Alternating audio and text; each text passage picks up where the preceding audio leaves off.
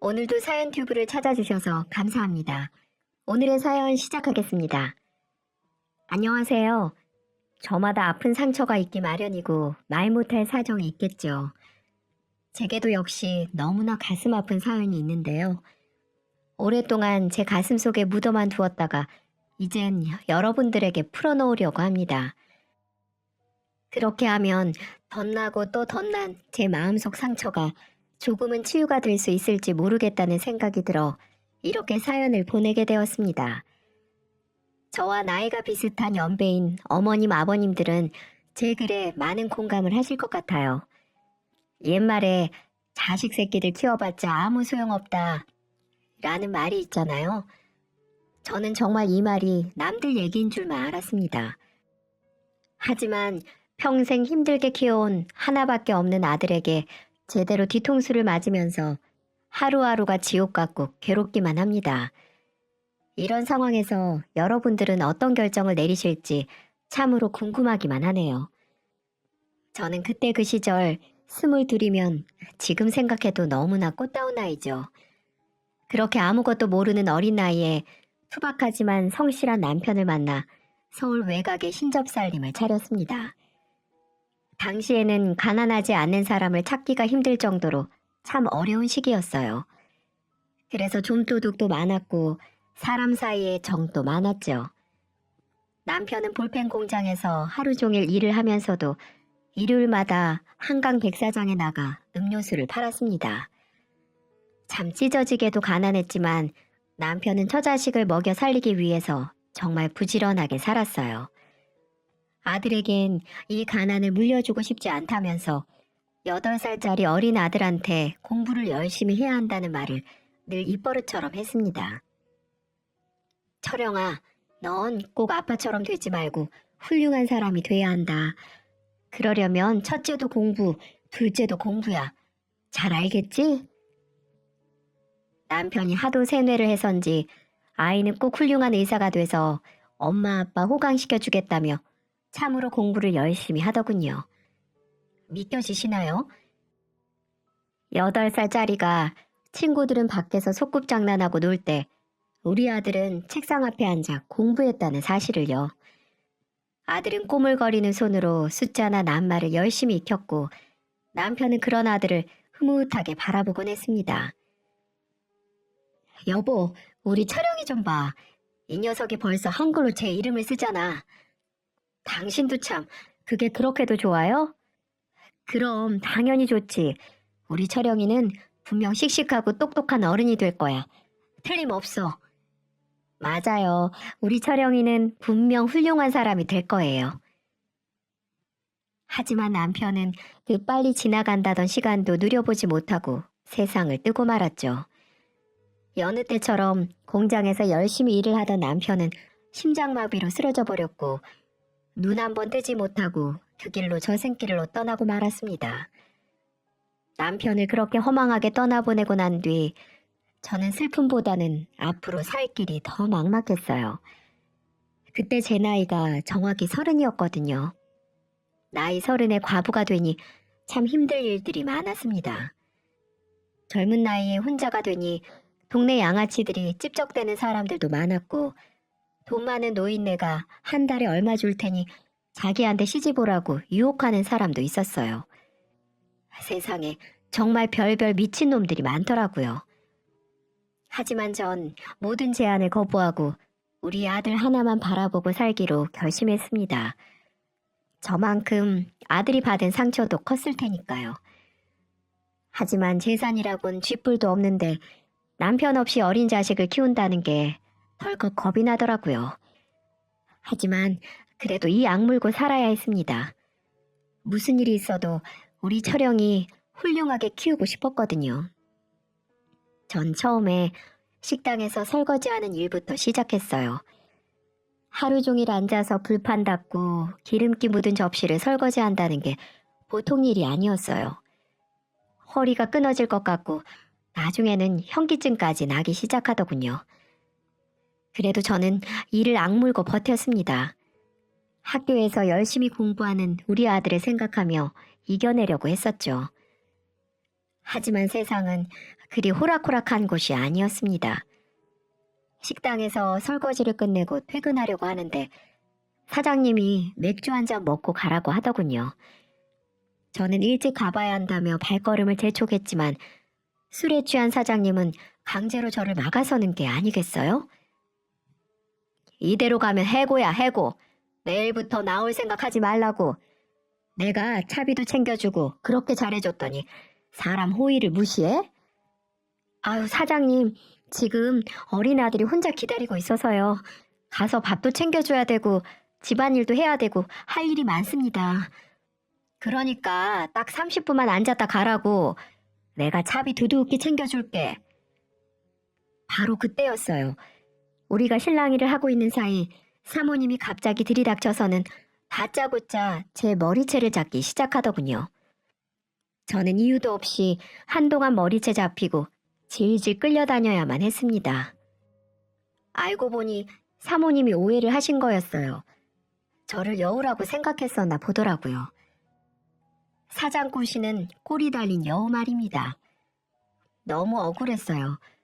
사장님이 평소에 잘해주셔서 저는 그에 맞게 응답했을 뿐이었는데 평소에 지켜보던 사모님은 색안경을 끼고 저를 보셨나 보더라고요. 결국 나중에 사과를 받긴 했지만 차마 그 식당에서는 일을 못하겠더군요.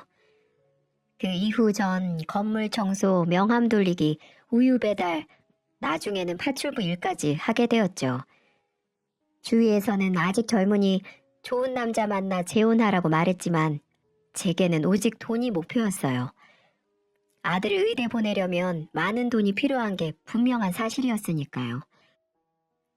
그렇게 남편 없이 아이를 키우며 살아가는 일은 정말 쉽지 않은 일이었지만 일찍 철이 들어버린 아들은 항상 제가 일을 다녀오면 등 마사지도 해주고 발도 주물러주면서 엄마, 내가 나중에 돌아가신 아버지 노릇까지 다 할게요. 그러니 지금 힘들더라도 조금만 버텨주세요. 제가 꼭 엄마 호강이 아니라 대한민국 최고의 엄마로 만들어드릴게요. 이렇게 말을 하며 제게 큰 힘이 되어 주었죠. 아들이 그렇게 말을 하는데 힘을 내지 않는 어미가 세상 천지 어디 있겠습니까? 제게는 하나밖에 없는 아들이자 이제는 저의 유일한 버팀목이었습니다. 그런 고달픈 시간도 다 지나가는 겁니다. 시간은 금방 지나간다던 남편의 말처럼 어느새 아들은 대학을 갈 나이가 됐고 그 부족한 환경 속에서도 의대에 진학을 했습니다. 의대 합격 소식을 듣는 순간 저는 벅차오르는 감정을 참지 못하고 눈물을 쏟았네요.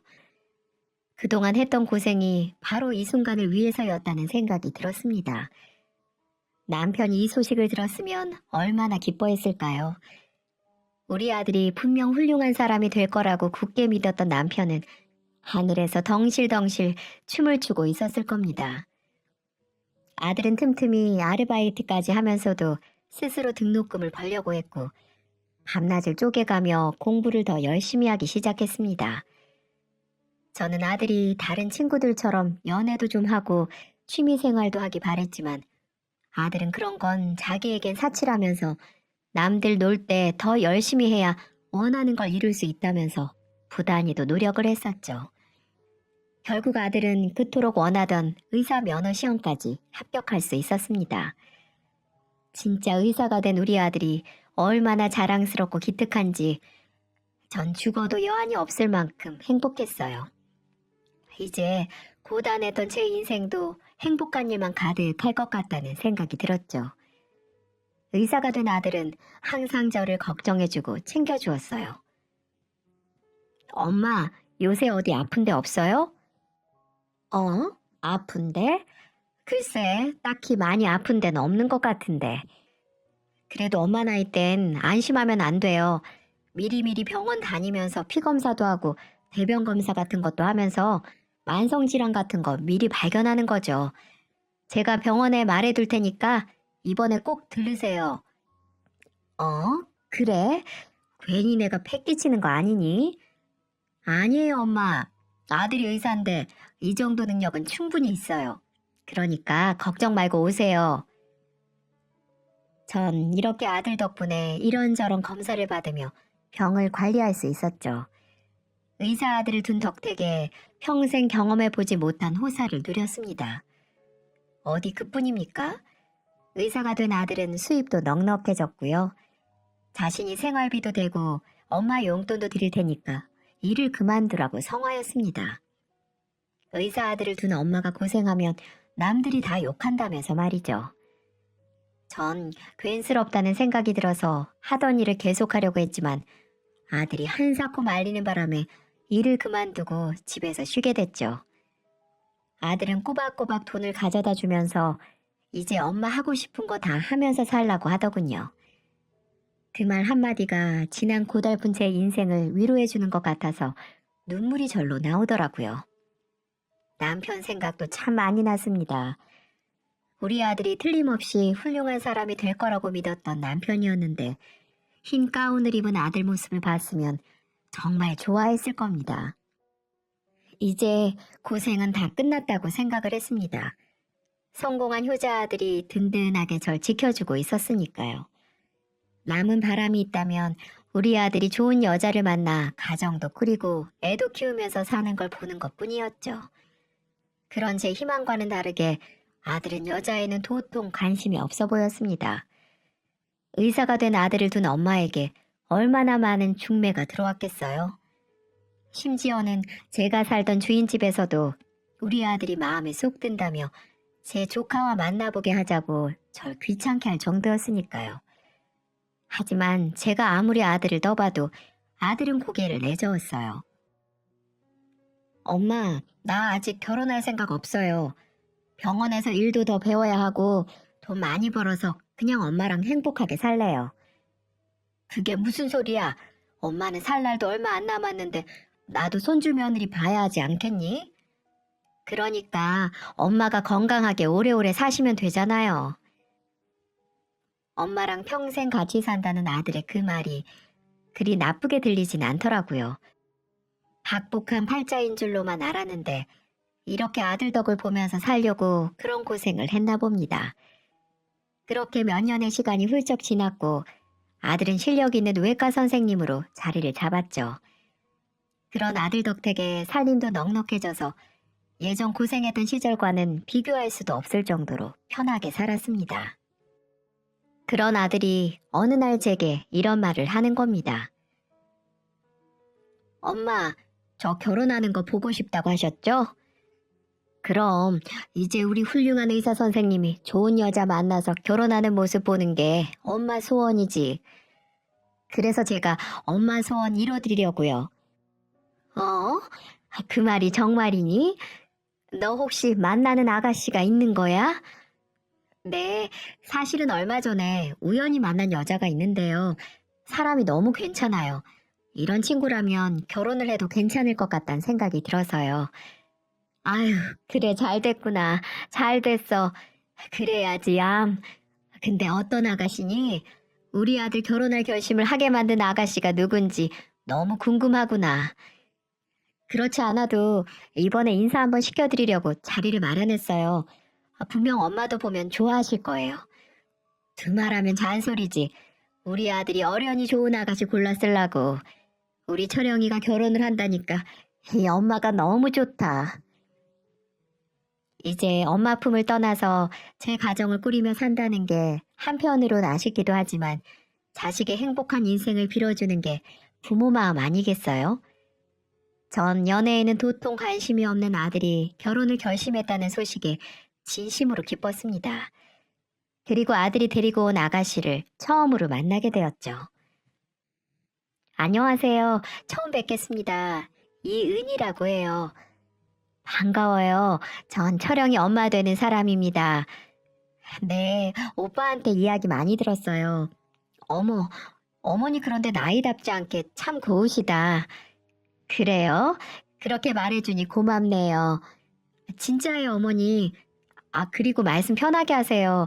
어차피 며느리 될 사람인데 너무 존대하고 그러면 제가 불편해요. 그래요, 그럼 편하게 할게요. 뭐랄까요? 아들이 데리고 온 아가씨는 제 생각과는 매우 먼 타입이었어요.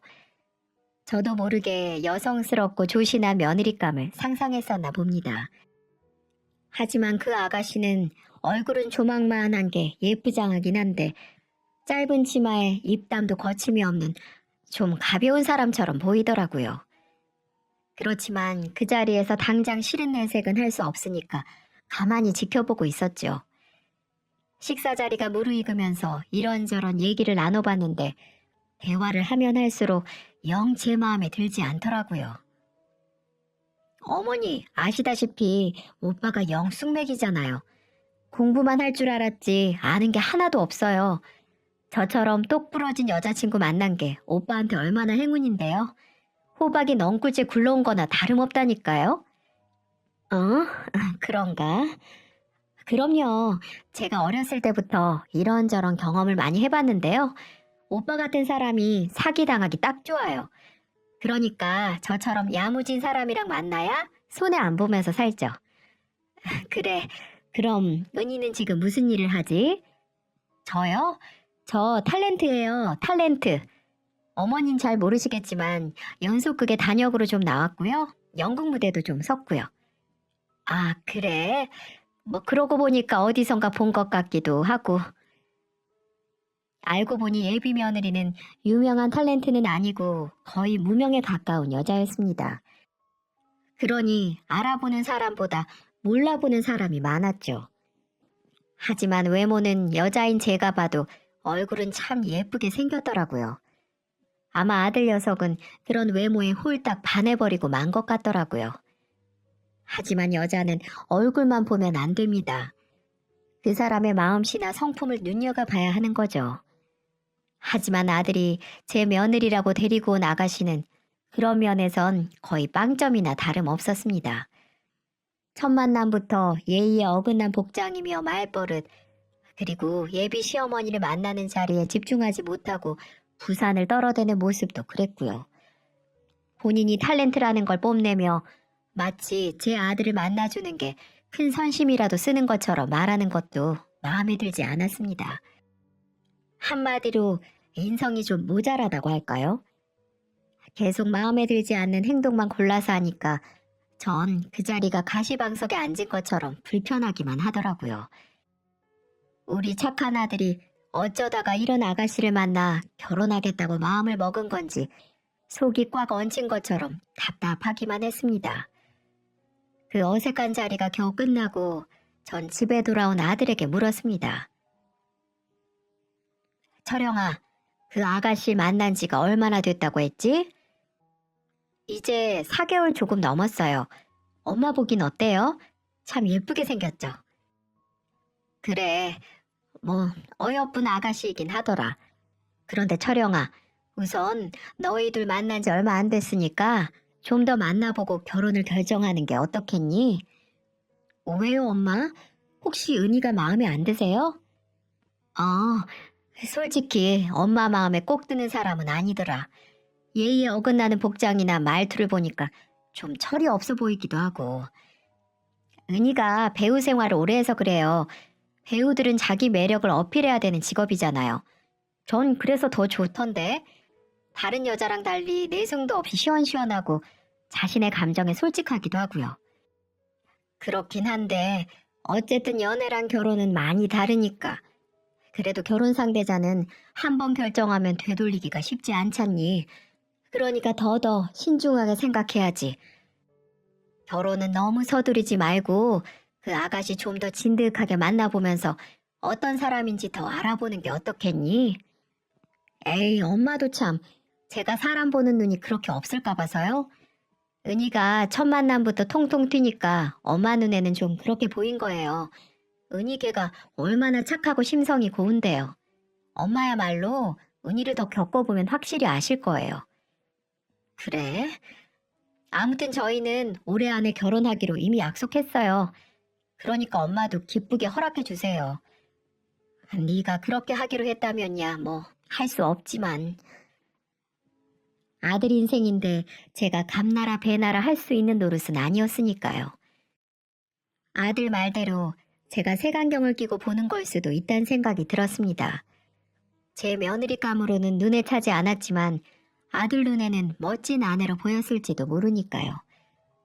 저는 그렇게 마음을 고쳐먹고 두 사람의 결혼을 허락했어요. 그렇게 그해 가을 아들은 결혼을 했고 저는 아들의 새로운 인생이 무탈 없이 행복하기만을 빌고 또 빌었습니다. 처음에 두 사람은 잘 사는 것처럼 보였어요. 아들에게 찰싹 달라붙어서 애교도 부리는 며느리가 한편으로는 어여쁘게도 보였고요. 그리고 제게도 어머니, 어머니 하면서 살갑게 잘 했습니다. 어머니, 저희 왔어요. 그래, 은희 왔니? 네. 그런데 어머니 파마하실 때가 된 것 같은데요? 머리가 너무 많이 풀렸네. 그러니? 네, 그렇다니까요. 이따가 저랑 같이 미용실 갔다 와요. 요새 제가 예쁘다고 생각한 머리가 있는데 어머니한테 아주 딱 잘 어울릴 것 같아요. 그래? 그럼 그래 볼까? 제잘거리는 산새처럼 성격이 밝고 발랄해서 아들 하나밖에 없던 제게 막내딸이 생긴 것 같은 기분도 들었고요. 살림 솜씨는 좀 서툴었지만 이것저것 배우려는 모습이 예쁘게 보였죠. 괜히 며느리를 오해했다는 생각에 조금 부끄럽기도 했습니다. 게다가 며느리는 제게 귀한 손자까지 안겨준 복덩이였습니다. 어머니, 어머니한테 드릴 선물이 있어요. 선물? 오늘 무슨 날도 아닌데 웬 선물이니? 어머니 곧 손주 보실 수 있을 것 같아요. 뭐? 은희 너 아이 가졌니? 네, 어머니 병원에서 확인했는데요. 저 임신했대요. 아이고, 그랬구나. 정말 고맙다, 은희야. 고마워. 에이, 고맙긴요. 이게 다 어머니가 제게 사랑을 듬뿍 주신 덕분이죠.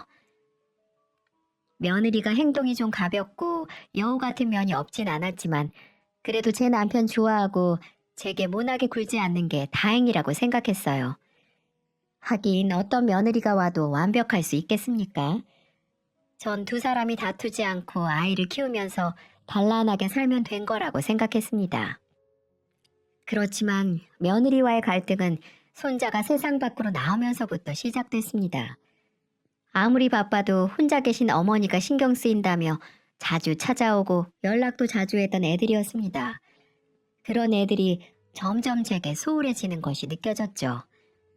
물론 아이가 생겼으니까 이해 못할 일은 아니었습니다. 시어머니가 돼서 그 정도도 헤아리지 못하는 건 아니었으니까요. 그런데 그 정도가 너무 지나치다는 생각이 자꾸 드는 겁니다. 어쩌다 제가 찾아가도 반가운 기색 없이 냉랭하기만 하고요.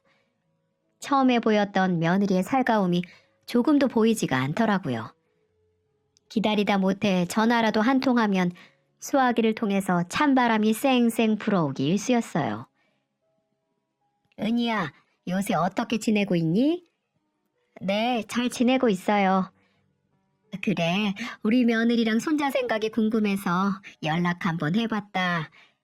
네, 별일 없지? 네, 별일 없어요. 언제 한번 넘어오지 않을래? 애 데리고 가기가 힘들어서요.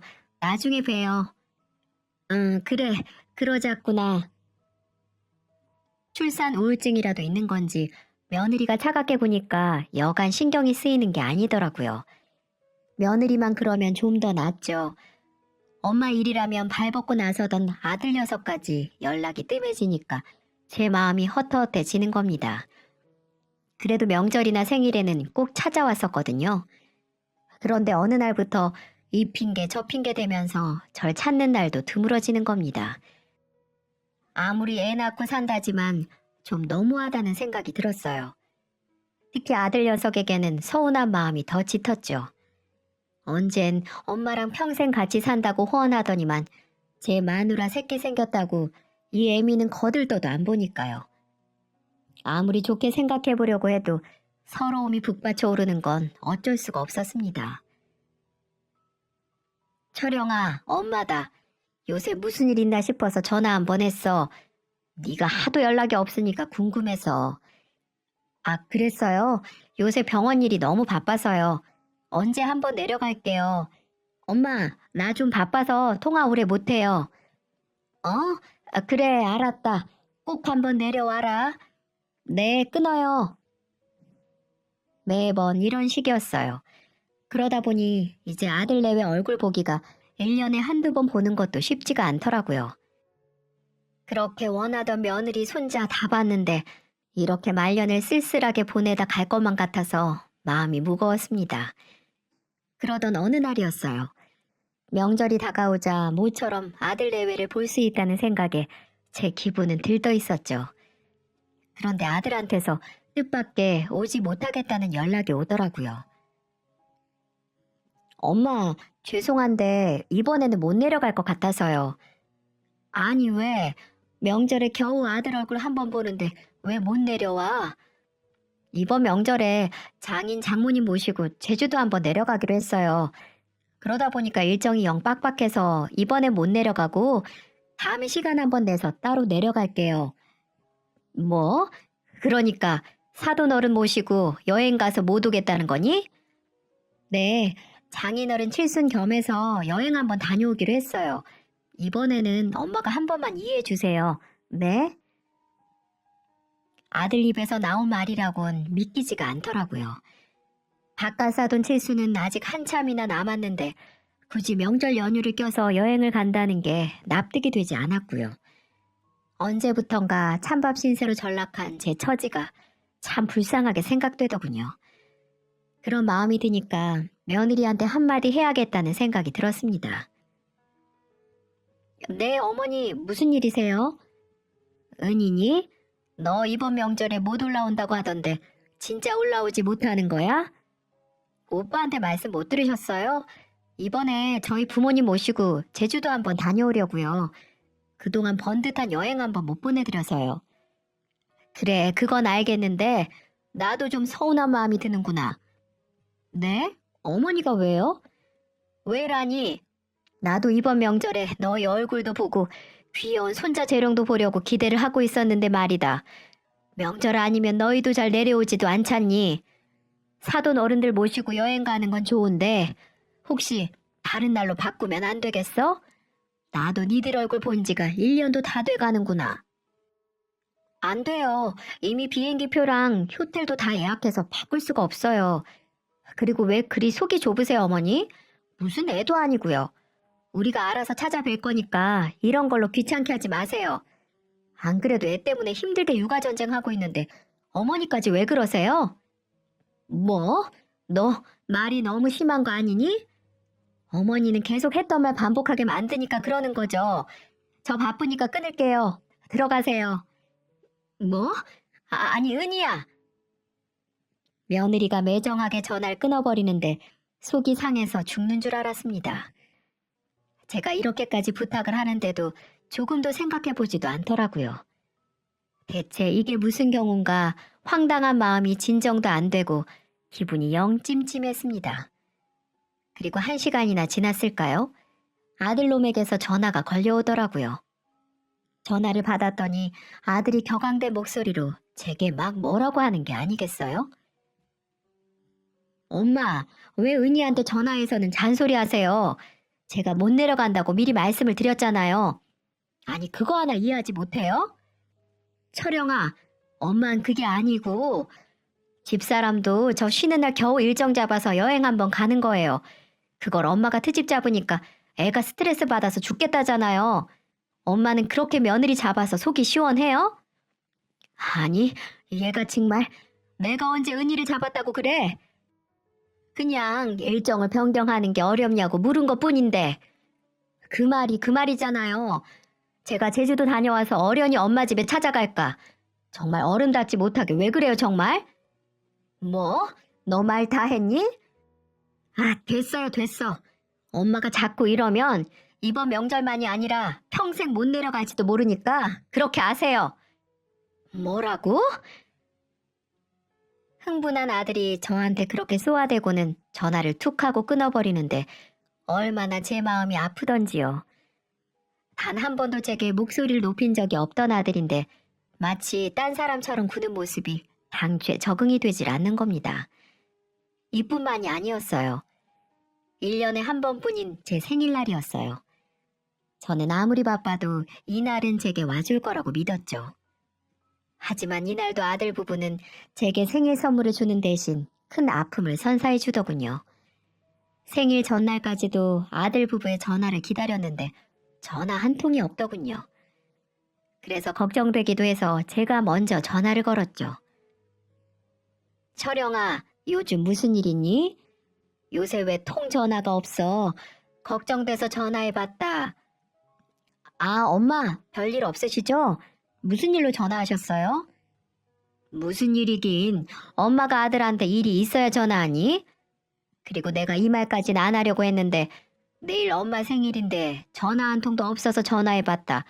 좀 서운하구나. 에이, 엄마, 요즘 누가 일일이 생일을 챙겨요. 바빠 죽겠구만. 엄마는 아들이 열심히 잘 사는 모습이 엄마 생일 선물 아닌가요? 아무튼 죄송해요. 나중에 찾아뵐게요. 뭐? 넌 네 처자식만 중요하고 이 애미는 눈에도 안 보이니? 엄마 아픈 데는 없는지, 무슨 걱정은 없는지, 어떻게 지내는지 궁금하지도 않아? 그리고 너 애 낳고 한 번도 오지 않았어. 왜? 네 마누라가 가기 싫대? 아, 사실은 엄마 집에 가면 이상한 냄새 나고 위생상 애한테 안 좋다면서 자꾸 안 간다고 하네요. 그렇다고 저만 갈 수도 없는 노릇이고요. 나중에 애가 좀 크면 그때 갈게요. 뭐? 너 말 다 했어? 저는 아들이 하는 말에 깜짝 놀라고 말았습니다. 다른 이유도 아니고 냄새나고 더럽다고 저를 찾아오지 않는다니요. 제 집 주변에 공장이 있어서 냄새가 날 수 있다는 건 인정합니다. 그렇다고 안 온다는 게 말이 되는 소린가요? 그리고 아들 혼자 와서 잘 지내는지 들여다볼 수 있는 건데 며느리가 가기 싫다고 했다고 자기도 안 온다뇨. 이때 처음으로 아들에게 배신감이라는 걸 느낄 수 있었네요. 너무나도 변해버린 아들, 이제는 점점 낯설어지기 시작하더군요. 그렇게 아들에게 일방적으로 당하고 보니까 인생이 참 덧없게 느껴지는 겁니다. 차라리 이 모습을 보지 못한 남편이 다행이란 생각이 들 정도였어요. 저는 그날 서러운 마음에 남편 사진을 붙들고 통곡을 하고 말았죠. 아무것도 모르는 사진 속 남편은 빙그레 웃기만 하는데 차라리 혁 확 깨물고 남편 곁으로 갈까 이런 생각도 했답니다. 이젠 다시는 아들 인생에 끼어들지 말아야겠다는 생각도 했어요. 제가 아이들 인생에 걸림돌이 된다면 그게 맞는 거겠죠. 그것 역시 부모의 역할이라면 마땅히 그렇게 하는 게 맞습니다.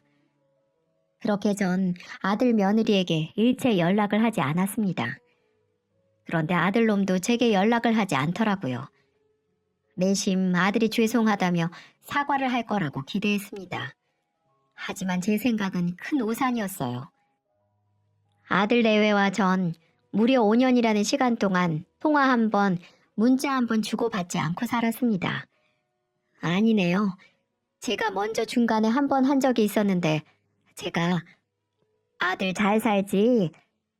이렇게 문자를 보내니 아들은 네. 이렇게 단답형으로 한 글자로 문자를 보내더이다. 2년 만에 연락했는데 잘 사시냐는 말도 없이 네 하고 끝이라뇨. 저는 결국 너무 자존심이 상해 그 이후로 어떤 연락도 하지 않았습니다. 제가 안 하니 아들 며느리 아무도 기다렸다는 듯 저를 없는 사람 취급을 하더군요. 참 서러웠습니다. 정말 죽고 싶을 정도로 가슴이 아프더군요. 마시지도 못하는 막걸리를 마시며 얼마나 울었는지 몰라요. 얼마나 가슴을 부여잡고 서럽게 울었는지 모릅니다. 나중에 알고 보니까 아들이 왜 제게 연락을 안 한 줄 아시나요? 바로 그 탤런트했다던 며느리 때문이었습니다. 제가 애들 신혼 초에 며느리한테 했던 잔소리가 마음에 담고 있었나 보더라고요. 저는 솔직히 잔소리라고 생각하지도 않았습니다. 시애미가 며느리한테 이것저것 몇 마디 할 수 있다고 생각했어요. 그것도 모두 아들과 관련된 내용들이었습니다. 예, 우리 아들 밥 꼬박꼬박 챙겨야 한다. 아침 안 먹으면 하루 종일 힘이 없어서 안 돼. 예, 집이 이게 뭐니? 화장실이고 주방이고 이렇게 더럽게 살면 어떡해. 설거지 제때 안 하면 냄새 나는 거 몰라? 시간이 지금 새벽 2시가 넘었는데 아직도 밖에서 놀고 있는 거야? 여자가 결혼했으면 일찍 일찍 다녀야지. 우리 아들이 전화 왔잖니. 너 전화 안 받는다고. 어여 들어가라. 꼭 들어가서 전화해라. 알겠니? 이렇게 저는 며느리가 주부로서 도리를 하지 못할 때 어른으로서 질책을 한 적이 있었습니다. 그리고 너무 며느리한테 아들이 잡혀 사는 것 같아 나무란 적도 있었고요. 그게 며느리한테는 시집살이로 들렸나 보더라고요. 어쩌다 한번 아들 집에 가서 말했을 뿐인데 이렇게 손주 낳고 매정하게 나오니까 요즘 애들이 독하다는 생각까지 들더군요. 그리고 며느리는 그렇다 쳐도 아들내미까지 똑같이 행동을 하니 제가 속에서 부글부글 끓지 않을 수가 있겠습니까? 그렇게 아들놈과 연락을 끊고 지낸 지 6년째가 다 되어갈 무렵 여느 때처럼 혼자 저녁상을 준비하고 있는데 누군가가 초인종을 누르더라고요. 이 시간에 찾아올 사람이 없는데 의아한 마음으로 문을 열었는데 글쎄 몇 년 동안 보지 못한 아들놈이 덩그러니 서 있는 게 아니겠어요? 아니, 너 철영이 아니냐? 엄마, 저 왔어요. 세상에, 저는 아들 얼굴을 보고 기절 초풍하는 줄 알았습니다. 제가 알던 아들 얼굴이 아니었어요. 통통했던 볼살은 광대뼈가 튀어나올 정도로 피골이 상접해 있었고 눈빛이 퀭한 것이 마치 혼이 나간 사람처럼 보였죠. 애가 삐쩍 말라서는 며칠이나 굶은 노숙자처럼 보이는 겁니다. 그리고 아들 옆에는 짝달 만한 어린애가 겁먹은 표정으로 바싹 붙어 있더라고요. 네 꼴이 그게 뭐니? 어? 네가 왜 이런 꼴로 여기로 온 거야? 은희는 어쩌고? 엄마, 죄송해요. 제가 생각이 짧았어요. 뭐? 대체 그게 무슨 말이야? 너 무슨 일 있었어? 얼른 말해봐, 얼른. 심장이 터질 듯 뛰었습니다. 아들에겐 분명 무슨 일이 있었던 겁니다. 대체 며느리는 어딜 가고 아들과 손자만 거짓골을 하고 나타난 걸까요? 전 얼른 두 사람을 집으로 들였고 아들과 손자는 며칠은 굶은 것처럼 차려진 밥상에 몰두하더군요.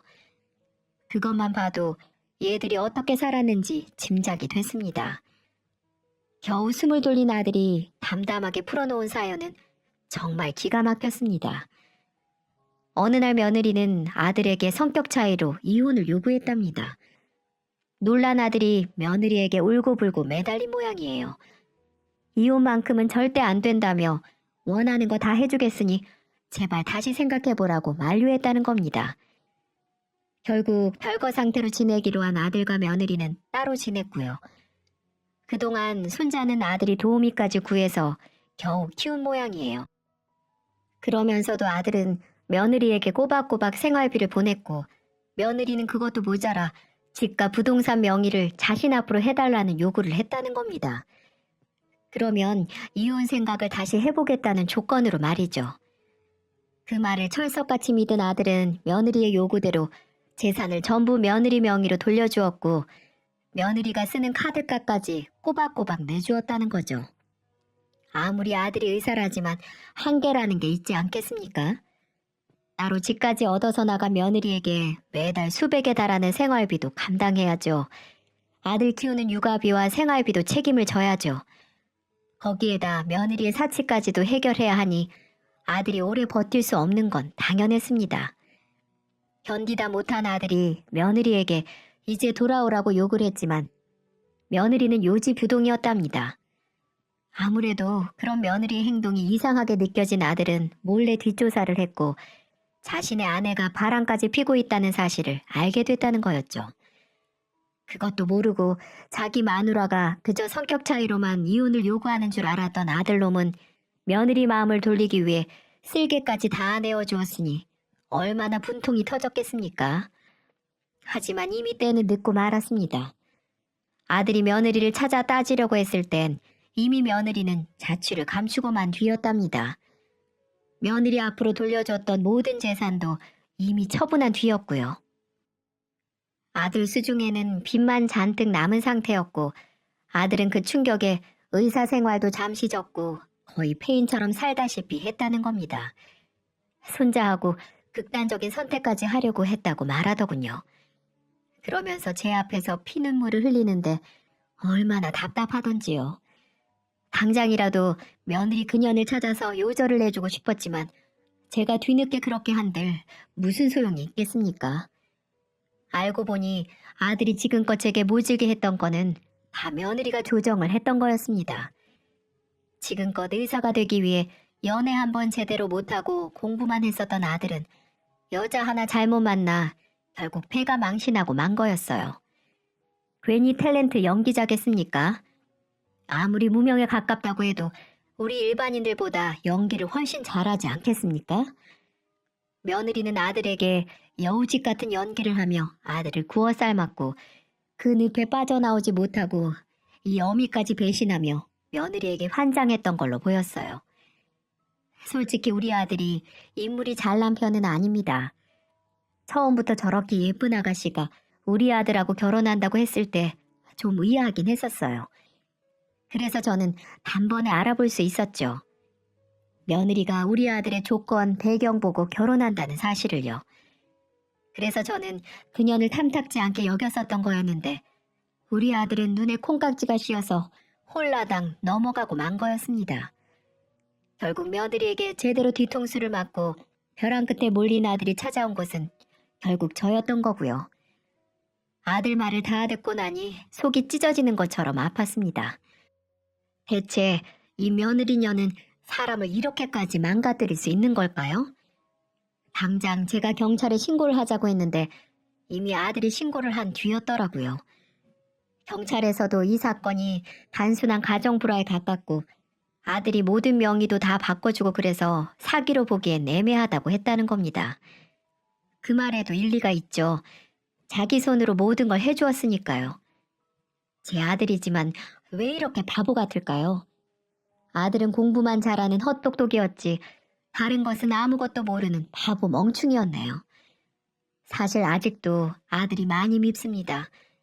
이 어미를 나 몰라라 하고 저를 버린 거나 마찬가지였으니까요. 제가 이놈 하나 키우려고 어떻게 발버둥 쳤는데 말년에 제게 돌아온 건 맹대와 무시뿐이었습니다. 그래서 일단 우선은 같이 있고 싶지 않아 손주만 주고 나가라고 쫓아버렸네요. 그러지 않으면 이 손주도 돌보지 않을 거라면서 말이죠. 손자는 무슨 잘못이 있겠습니까? 그저 부모 잘못 만난 게 죄이겠죠. 아들놈은 아직도 며느리를 잊지 못하는 듯합니다. 언젠가는 다시 돌아올 거라는 과대망상에 빠져 사는 것 같아요. 그래서 저도 고민이 많네요. 아들은 오늘도 전화와서 며느리한테 연락 없었냐고 헛소리를 하네요. 이런 아들을 제가 어떻게 해야 할까요? 옆에서 손주는 뭘 모르고 아주 예쁘게 자고 있네요. 부모 사랑 한창 받아야 할 나이에 이 할미 집에서 저렇게 불쌍하게 자고 있으니 제 가슴이 너무나 아픕니다. 이제 저도 여기서 마무리를 지어야 할 것 같습니다. 사람이 살다 보면 이런 일도 있고 저런 일도 있겠지만 제 박복한 팔자가 운명인가 봅니다. 어쩌겠어요. 받아들여야겠죠. 아들놈은 보기도 싫지만 한편으로 걱정도 앞서네요. 하루하루가 참 답답하기만 합니다.